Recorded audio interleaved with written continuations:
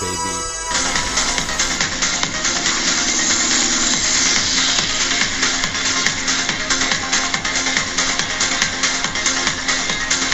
Hey guys, good morning. 2nd December. Here's what we get. Ice is still here, you can see, which is a good thing. Means we got a base for when it gets cold again. I can tell you right now, last year, guys, at this time, the skim of local ice in the marinas was just about gone.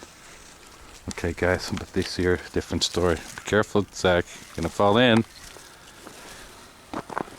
Careful, careful, careful, careful. Zach, careful. Get back here. I don't want to have to pull him in.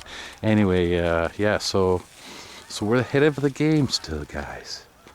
We're ahead of the game. It's not bad. It's about +3. Anyway, I'm not a big guy that likes to forecast what's going to happen down the road, guys. Because if I happen to look and it shows the weather getting warmer, you know, I can leave that to the day of when that's going to happen. But anyway, right now, we're looking good, guys. This is still here. Though it's a little mild, we're still looking good.